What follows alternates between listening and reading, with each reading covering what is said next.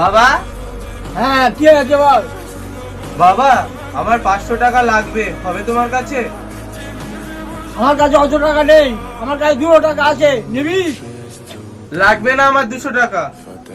যা দিচ্ছি তাই নে। বললাম তো লাগবে না। একদিন ইনকাম করে এনে দিস তো 500 টাকা, তাহলে বুঝি 500 টাকার মূল্য কত। তোমার কাছে তো টাকা নিচ্ছি না, তাহলে অত জ্ঞান দিতে হবে না। বাবার সাথে বিকেলে ওরম ব্যবহার করাটা ঠিক হয় না। আর আজ এত সন্ধে হয়ে গেল, বাবা তো এখনো ঘুম থেকে উঠলো না। যাই গিয়ে দেখি বাবা কি করছে। বাবা, ও বাবা, সন্ধে হয়ে গেল, এখনো ঘুম থেকে ওঠোনি তুমি?